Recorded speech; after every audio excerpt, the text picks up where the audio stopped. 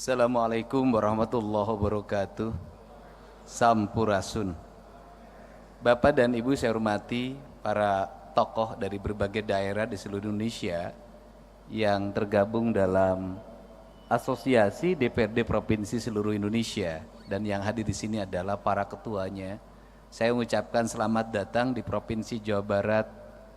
Penduduknya lebih dari 50 juta, alokasi pembiayaannya hanya 29 triliun. Itulah Indonesia. Tepuk tangan ya.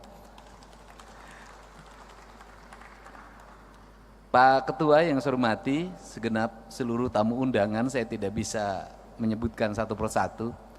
Yang pertama saya mohon maaf, ada kebahagiaan hari ini bagi warga Jabar karena Persib jadi juara. Jadi Persib juara, Jawa Barat istimewa. Sehingga ada euforia yang dilakukan oleh anak-anak, sehingga pada hari ini suaranya masuk ke ruangan ini biasanya hening. Yang kedua, Pak Wakil Dirjen Otonomi Daerah, ini kali pertama saya pidato di Gedung Sate, Pak. Karena sudah hampir 3 bulan saya belum pernah ngantor ke kantor ini. Kantor saya di tempat sampah, kantor saya di pinggir sungai, kantor saya di tepi danau, kantor saya di seluruh wilayah Jawa Barat ini. Yang ngantor di sini banyak menikmati Gedung Sate dengan para pegawainya yang cantik-cantik, banyakkan sekda dan wakil gubernur. Apa sih sebenarnya yang menjadi pembicaraan kita? Itu lagu saya ciptakan tahun 2012 ketika saya berkunjung ke Papua. Saya menulis lagu judulnya Surga di Tanah Papua. Karena saya melihat Papua itu seperti surga, bahkan surga yang diciptakan, dihadirkan buat Indonesia. Kandungan kekayaannya luar biasa, tetapi barangkali kependudukannya, kesejahteraannya yang harus terus ditingkatkan. Apa sih yang menjadi model kita? Model kita ini adalah model pengembangan otonomi daerah yang terus mengalami perubahan dan tarik ulur. Otonomi daerah pernah sampai puncaknya, kemudian menurun dan menurun. Esensi dari rakyat terhadap kita, ekspektasinya cuma satu. Apapun judulnya, apakah mau sentralisasi, apakah mau desentralisasi, apakah mau otonomi, mereka cuma nuntut satu, mereka hidup sejahtera. Kesejahteraan publik itu menurut saya ukurannya cuma 3. 1, kesehatannya dijamin. 2, pendidikannya dijamin. 3, perluasan lapangan kerja. Jadi kalau masyarakat sudah kesehatannya jamin, pendidikannya jamin, perumahan pemukimannya dijamin, rakyat ini sudah sejahtera. Apa sih yang membuat rakyat kita menjadi miskin? 1, menurunnya derajat kesehatan berdampak pada semakin meningkatnya angka kemiskinan. Karena ketika orang sakit, maka 2 kemungkinan yang terjadi, dia harus membayar biaya rumah sakit. Kalau tercover oleh BPJS ya alhamdulillah, kalau tidak tercover musibah. Ketika dia sakit, maka keluarganya kehilangan pendapatan. Ketika kehilangan pendapatan, maka keluarganya yang menunggu dalam setiap hari perlu pembiayaan. Maka orang sakit itu akan mengalami 7 tingkatan derajat kemiskinan dalam waktu sekejap. Sehingga kategori pembiayaan bagi masyarakat yang sakit, jangan lagi bicara miskin dan kaya. Kenapa? Kita anggota DPR, kita pejabat, kena sakit, kita akan jatuh miskin. Untuk itu negara harus hadir dalam memberikan jaminan layanan kesehatan bagi seluruh warga. Nah, hari ini saya dalam 2 hari ini, bahkan 3 hari ini, menghadapi problem tentang kriminalitas remaja. Kriminalitas remaja itu berdampak pada perkelahian yang direkam di media sosial, sistem pengelolaan kriminalitas tawuran yang dikelola oleh gangster, melahirkan kaderisasi, dan yang menjadi target yang harus berkelahi di bawah umur 18 tahun agar bebas dari jeratan hukum. Sudah berkembang di media sosial secara sistemik, dan perkelahian itu diraih dari pengaruh media sosial yang membentuk karakter pikirannya. Apa sih sebenarnya yang terjadi? Sebenarnya yang terjadi adalah ketika mereka tawuran, masuk rumah sakit, BPJS-nya tidak klaim. Barusan saya beresin 15 juta. Ketika BPJS-nya tidak klaim, orang yang berkelahi, itu orang tuanya nggak mampu. Mau yang menang tidak mampu, yang mau kalah tidak mampu. Berproses peradilan melahirkan kemiskinan, tidak berproses peradilan pulang lagi ke rumah melahirkan kemiskinan baru karena orang tuanya tak sanggup lagi menghadapi. Maka negara harus hadir untuk mencari solusi. Satu, solusi terhadap pembiayaan rumah sakit. Dua, solusi recovery terhadap anak-anak yang berkelahi itu karena itu anak bangsa. Inilah negara harus punya pikiran out of the box. Tidak bisa hanya berbicara proses hukum kembali ke orang tuanya udah gak sanggup. Ini Jawa Barat. Nah, untuk itu apa sih yang terjadi para anggota DPR yang saya ini mantan ketua Komisi E DPRD Kabupaten Purwakarta. Saya pernah menjadi pimpinan Komisi 4 DPR RI. Nasib paling tidak enak itu jadi anggota DPRD. Kenapa nasibnya tidak enak? Kritis diomongin, enggak kritis diomongin. Kalau DPRD ngomong terus, diomongin, kata rakyat, kerjanya ngomong terus, kita tidak butuh ngomong. Padahal tugas DPRD ngomong. Enggak ngomong, diomongin juga, dapat duit tuh. Enggak ngomong-ngomong, pokirnya udah dibagi, enggak ngomong lagi. Ini problem, Pak. Nah, seluruh problem itu bisa ditempuh dengan apa sih? Dengan keterbukaan. Keterbukaan itu apa? Kita harus mulai berani menceritakan apa adanya tentang diri kita, tentang isi anggaran kita, tentang kebijakan fiskal pusat dan daerah, tentang kebijakan fiskal kabupaten, provinsi terhadap kabupaten kota terhadap desa. Sampaikan secara terbuka dan apa adanya, termasuk apa yang dialami problem anggota DPRD. Apa sih problem anggota DPRD? Saya ini anggota DPRD, pernah ngalamin. Begitu jadi pinjem bank, honornya tinggal sisa 5 juta lagi. Istri nambah 1 lagi. Konstituen tiap hari dibanding pejabat eselon 2 di provinsi, dibanding sekda, yang datang ke rumahnya banyakan anggota DPRD. Gitu loh. Sekda dapat tunjangan 70 juta, enggak ada yang minta. Eselon 2 dapat tunjangan 50 juta, enggak ada yang minta. Anggota DPRD tunjangannya sudah habis dijaminkan ke Bank BJB, tinggal 5 juta yang mintanya tiap hari. Harus kondangan, yang meninggal harus dilayat. Tiap hari, pergi ke kantor kaca harus dibuka. Kalau kaca ditutup, kelihatan tuh, sombong dia. Itu. Sedangkan fiskal terbatas. Nyari lagi lewat perjalanan dinas sekarang makin kecil. Kalau pergi perjalanan dinas, siapa yang paling banyak yang ngikutin? Yang berangkatnya 1, SPY-nya 10. Sehingga APBD-nya menjadi terserap untuk perjalanan dinas. Padahal nyerapnya anggota DPRD sedikit, kebanyakan sekretariat dewan. Kan saya tahu yang begitu-begitu. Yang dituduh siapa? DPRD lagi. Nah, apa sih yang mesti dilakukan oleh kita? Ya kita mulai ngomong terbuka pada rakyat. Terbukanya apa? Ini loh proporsi kita. Ini loh biaya politik yang kita lakukan. Kemudian apa sih yang kita harapkan? Saya dari dulu itu menyampaikan, saya ketika jadi bupati berkirim surat pada presiden. Berkirim suratnya adalah, saya bilang begini, kalau pemerintahan ingin efektif, kalau perda ingin cepat pembahasannya, kalau aspirasi publik setiap hari bisa diterima oleh anggota DPRD, saya berulang-ulang menyampaikan bahwa peningkatan kesejahteraan anggota DPRD, honorariumnya harus dilakukan lewat rapat-rapat DPRD.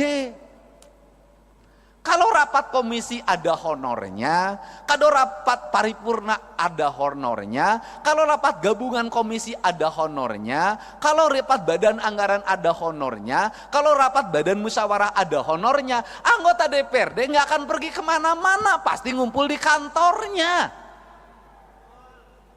Seluruh kegiatan OPD, organisasi perangkat daerah akan cepat dan anggota DPRD akan kritis. Kenapa? Dia akan kontrol alokasi anggaran pemerintah, dia akan kontrol pekerjaan, dia akan baca buku anggaran, dia akan baca realisasi anggaran dengan detail. Kenapa? Dengan membaca itu honorariumnya ada.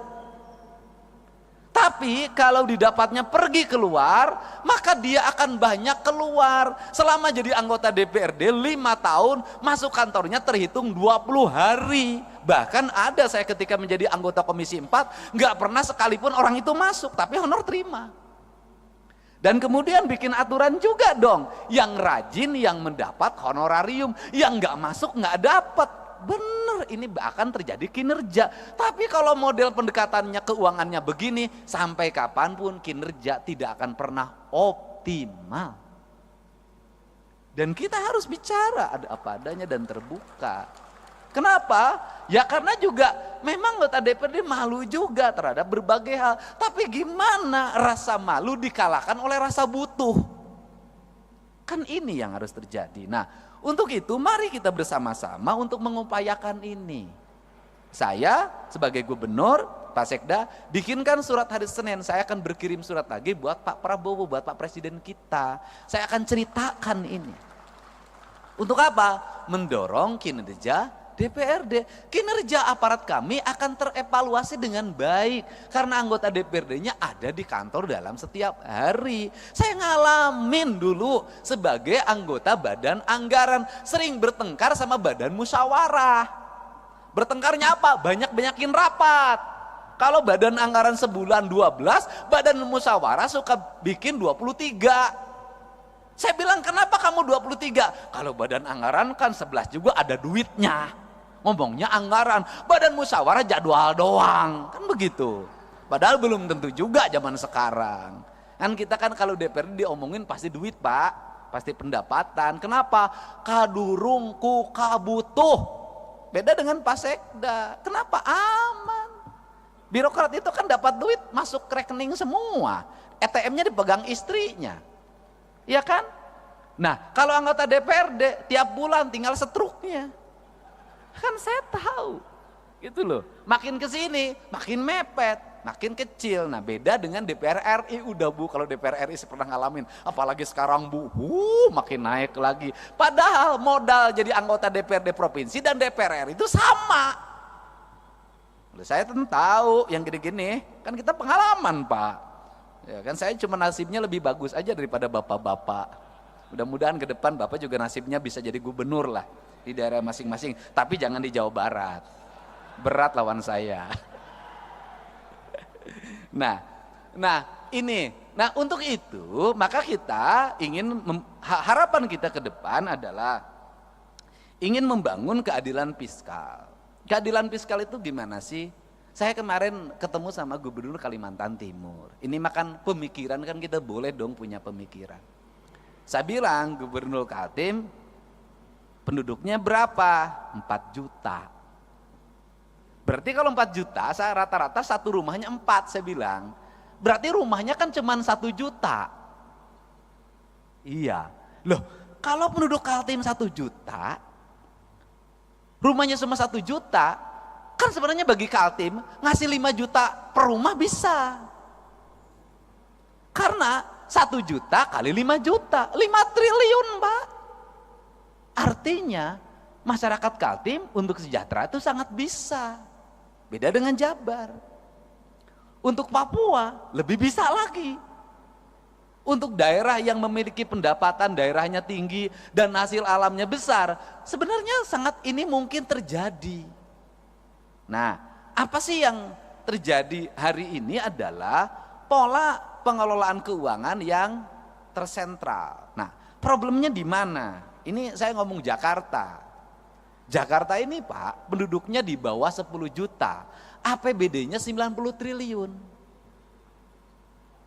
Kalau di Jakarta itu dari 10 juta ada 2 juta kepala keluarga, itu orang Jakarta bisa digaji per kepala keluarga 10 juta. Kenapa? Karena 10 juta dikali 2 juta hanya 20 triliun. Kalau saya gubernurnya bagi. Beda, kalau Jabar 50 juta. Nah, untuk itu apa sih yang mesti kita lakukan hari ini? Mari kita bersama-sama melakukan telaah terhadap ini semua untuk kepentingan bangsa. Agar apa? Agar ke depan bangsa kita terus mengalami peningkatan sumber daya manusia. Artinya bahwa sumber daya pendidikannya meningkat, sumber daya ekonominya meningkat, kesejahteraan meningkat. Maka saya selalu berfokus pada keadilan fiskal. Keadilan fiskal saya selalu berfokus pada ketika jadi pemimpin, itu saya selalu punya angan-angan dan punya harapan. Bagaimana punya angan harapan itu adalah pembangunan harus diselesaikan dalam waktu cepat. Setelah itu berarah pada investasi. Nggak bisa pembangunan gini-gini terus. Yang tahun ini menjadi proyek tahun ini, yang tahun ini menjadi proyek tahun ini, yang tahun ini menjadi proyek tahun ini. 5 tahun proyek birokrasi itu juga, negara nggak akan maju sampai kapanpun. Tetapi yang harus dilakukan adalah apa yang kita selesaikan dalam waktu 1 tahun, apa yang waktu 2 tahun, apa yang waktu 3 tahun, apa yang waktu 4 tahun, apa yang waktu 5 tahun. Ini semuanya tidak boleh berulang. Pekerjaan kemarin harus tidak boleh dikerjakan hari ini lagi. Kenapa? Pembangunnya ke depan. Tujuannya untuk apa? Agar fiskal ini, fiskal yang tahun kemarin itu tidak digunakan untuk tahun ini. Dan negara sudah mulai berpikir untuk membangun kemandirian. Saya itu sudah punya rumusan, mudah-mudahan ini bisa dilakukan di Jawa Barat, adalah misalnya begini, desa itu berapa sih penduduknya di desa itu? Di desa itu ada potensi apa? Anggaran pembangunan desa itu harus segera dibikin skala prioritas, ditambah plus kabupaten, ditambah subsidi dari pemerintah provinsi, ditambah pusat fokusnya di desa. Kalau di desa itu ada 7 RW, dibagi saja sebenarnya. RW ini bagian desa, RW ini bagian kabupaten, RW ini bagian provinsi, RW ini bagian pusat. Jadi membangun desa paripurna itu bisa selesai dalam waktu 2 tahun. Tahun ketiganya itu anggaran sudah mulai diarahkan, bukan untuk itu lagi, untuk kesejahteraan publiknya, jaminan kesehatannya, jaminan pendidikannya, jaminan hari tuanya. Tahun berikutnya harus lagi mengarah pada investasi, di mana uang itu tidak digunakan lagi untuk pembangunan infrastruktur lagi karena udah selesai, digunakan untuk investasi. Investasinya dikelola oleh perbankan daerah, di mana uangnya berputar, dipinjamkan pada lingkungan daerahnya, dan untungnya diperoleh lagi. Ini kan model koperasi zaman dulu sebenarnya, cuman dikelola secara modern. Nah kemudian uang itu berputar, maka dalam jangka panjang daerah tersebut akan memiliki kecukupan fiskal. Kemudian pembangunannya selesai. Terjadi pada negara mana? Pada Tiongkok.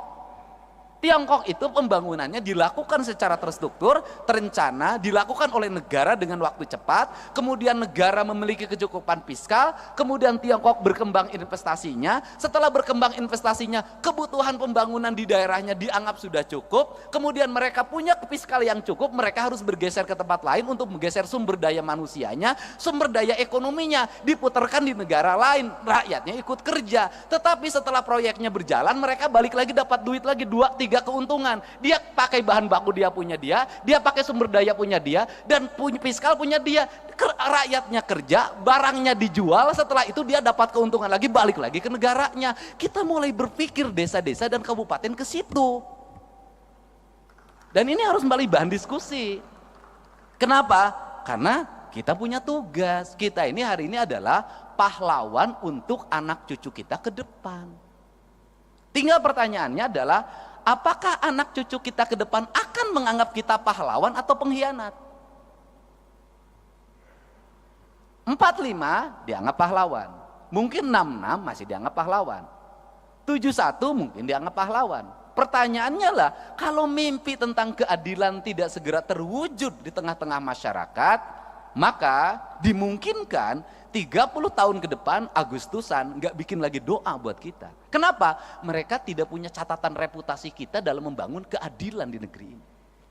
Nah, inilah kerangka pikir dan kerangka pijak yang harus dibangun oleh kita secara bersama-sama, tanpa kita membicarakan berasal dari partai mana.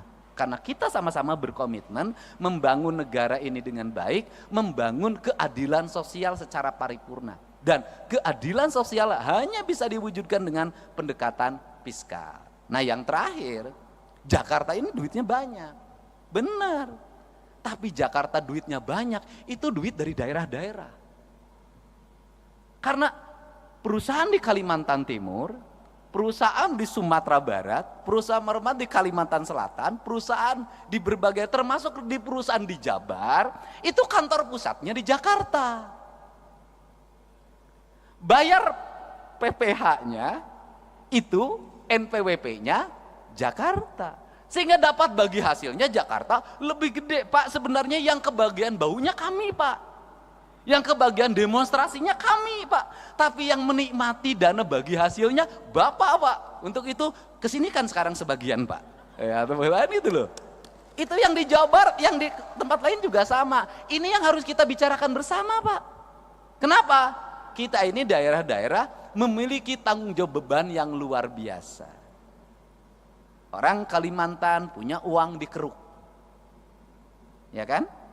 Kemudian orang Jawa Barat punya uang bagaimana? Ada debu, ada asap, ada limbah, ada jumlah manusia yang banyak dari mana-mana ke sini.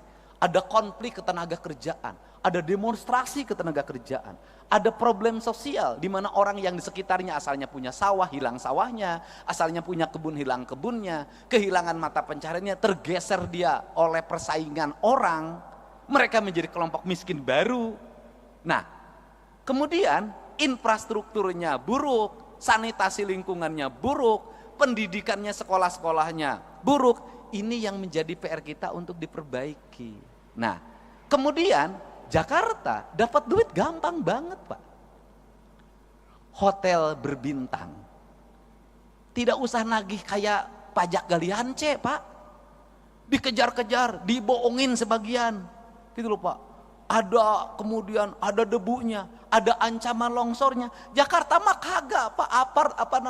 Gedung perkantoran 27 lantai, 31 lantai. Ber-AC, orang bayarnya sambil tersenyum, Pak, tidak sambil marah. Berjejer, tanahnya harganya meningkat sehingga dapat berkah. Makanya Bapak dapat berkah jadi ketua DPRD orang Betawi di Jakarta, Pak. Untung tidak jadi ketua DPRD di Jawa Barat, Pak. Ketuanya pas rambutnya sampai lepas, Pak. Saking pusing, Pak. Nah, ini kan yang harus dibicarakan oleh kita, dan saya ingin para anggota DPRD dalam pertemuannya ada rekomendasi-rekomendasi kontributif bagi perbaikan bangsa. Bagi upaya membangun keadilan sosial, bagi upaya melakukan kebijakan keadilan fiskal. Karena apa? Karena negeri ini hanya bisa dibangun dengan fiskal yang baik, fiskal yang sehat, fiskal yang terencana, fiskal yang terarah, dan fiskal yang tidak lari ke luar negeri. Fiskalnya harus berputar di sini. Untuk itu saya mengucapkan terima kasih. Semoga kalau tadi Pak Ketua DPRD Jawa Barat sudah dinobatkan sebagai ketua terpilih, saya ucapkan selamat, Pak. Ya kan? Karena yang menyampaikannya Ketua DPRD DKI yang ketua hari ini. Dan saya baru, Pak, sepanjang sejarah berdemokrasi, Pak, ada ketua asosiasi, partainya beda, daerahnya beda, menyerahkan tampuk kekuasaan pada Bapak.